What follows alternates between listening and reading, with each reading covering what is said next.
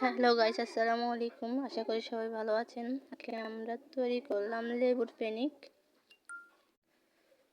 এখানে প্রথমে রসুন দিয়ে নিলাম, মরিচের গুঁড়া, লবণ দিয়ে লেবু কেটে নেব। এখন লেবুগুলো ধুয়ে পাতলা পাতলা করে কেটে নেব।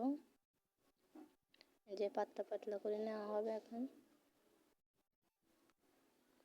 পাতলা পাতলা করে নিয়ে বেশি করে নিয়ে নেব, যতটুকু আপনাদের প্রয়োজন ততটুকু নিয়ে নেবেন। আমরা তো মানুষ কম, ওই জন্য আমরা অল্প করে নেব। আপনারা আপনাদের ওজন পরিমাণ মতো নেবেন।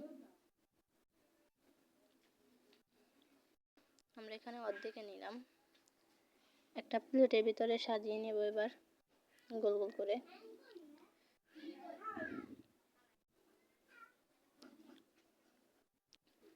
গোল আকারে সাজিয়ে নেবেন। দেখুন, সাজানিটা অনেক সুন্দর হয়েছে, একটা ফুলের মতো। এটাকে অনেক সুন্দর করে সাজিয়ে নিলাম।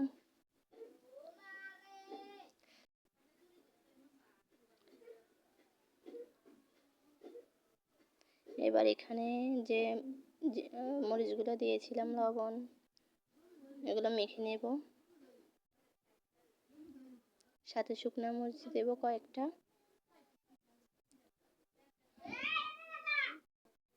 করে নেব, মরিচগুলো মেখে নেব সুন্দর করে।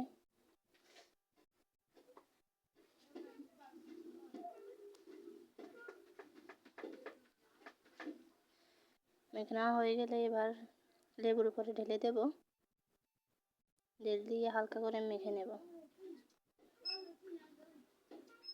দেখতে হবে সবগুলো লেবুর ভিতরে গিয়েছে কিনা। সবগুলোর উপর দিয়ে মেখে নেব। একটু লবণ ছিটকিয়ে দিলাম, কারণ আমাদের লবণটা কম হয়েছে।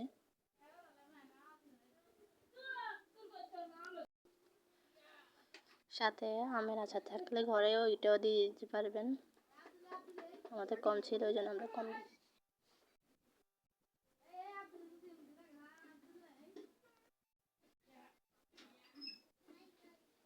মাশাআল্লাহ, এখন অনেক সুন্দর কালার এসে গেছে। সবাই খাওয়া শুরু করে দিয়েছে অলরেডি।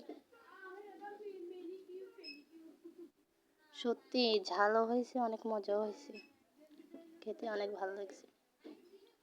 এরকম আপনাদের বাসায় যদি লেবু থাকে, আপনারাও তৈরি করতে পারেন এরকম লেবু ফেনিক।